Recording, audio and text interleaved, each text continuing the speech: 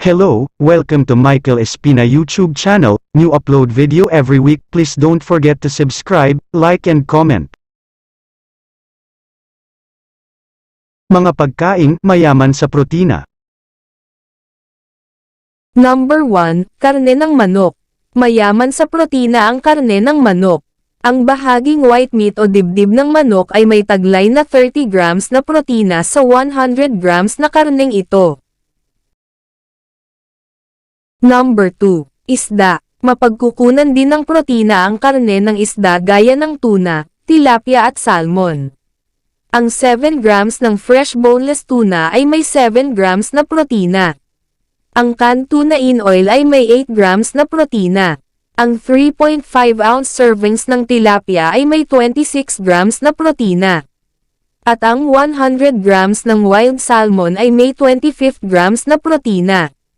Ang 100 grams ng farmed salmon ay may 22 grams na protina.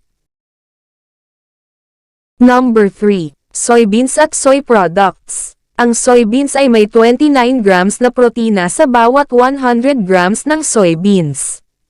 Ang soybeans ay karaniwang ginagawang tokwa, taho at soy milk. Sa 100 grams ng tokwa ay may 7 grams ng protina. Ang single serving ng taho ay may 8 grams na protina. Samantala sa isang tasa ng soy milk ay may 14 grams na protina. Number 4, karne ng baboy. Ang karne ng baboy ay mayaman sa protina gaya ng pork chops. Mayroong 33 grams na protina ang isang hiwa ng pork chops na katumbas ng halos 134 grams na karneng baboy. Number 5, karne ng baka. Ang mapulang karne ng baka na hindi mataba o lean meat ay mapagkukunan din ng protina. Ito ay mayroong 36 grams na protina sa 100 grams na karneng ito. Number 6, gatas at mga produkto nito. Ang gatas at mga produkto na makukuha mula dito gaya ng yogurt at keso ay mataas din sa protina. Ang isang cup ng non-fat na gatas ay may 8 grams na protina. At sa non-fat Greek yogurt ay may 10 grams na protina. Samantala ang karaniwang keso ay may 32 grams na protina. Number 7, itlog. Mapagkukunan din ng protina ang itlog na may 6 grams na protina. Ang itlog na may katamtamang laki o katumbas ay 50 grams. Number 8, mani at butil. Ang mani at butil o nuts and seeds ay mapagkukunan din ng protina gaya ng mani, almonds, cashew nuts, buto ng pakwan at buto ng kalabasa. Ang 100 grams ng mani ay may 33 grams na protina. Ang isang ounce ng almonds ay may 6 grams na protina. Ang cashew nuts ay may 5 grams na protina sa isang ounce o 28 grams nito. Samantala ang buto ng pakwan ay may 8 grams na protina sa isang ounce o 28.38 grams. Ang buto ng kalabasa isang ounce o 28 grams servings ay may 7 grams na protina.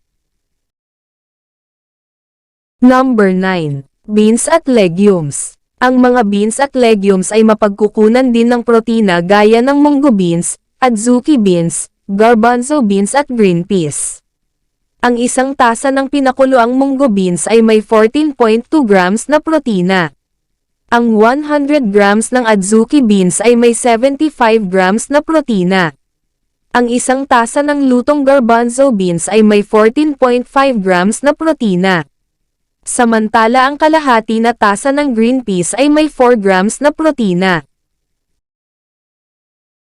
Number 10, patatas at repolyo. Ang isang medium-baked na patatas or 6.1 ounces o 173 grams kasama ang balat ay may 4.3 grams ng protina. Samantala ang 100 grams ng repolyo ay may 1.5 grams na protina. Thank you for watching. Maraming salamat sa iyong panunood. Please don't forget to subscribe, like and comment.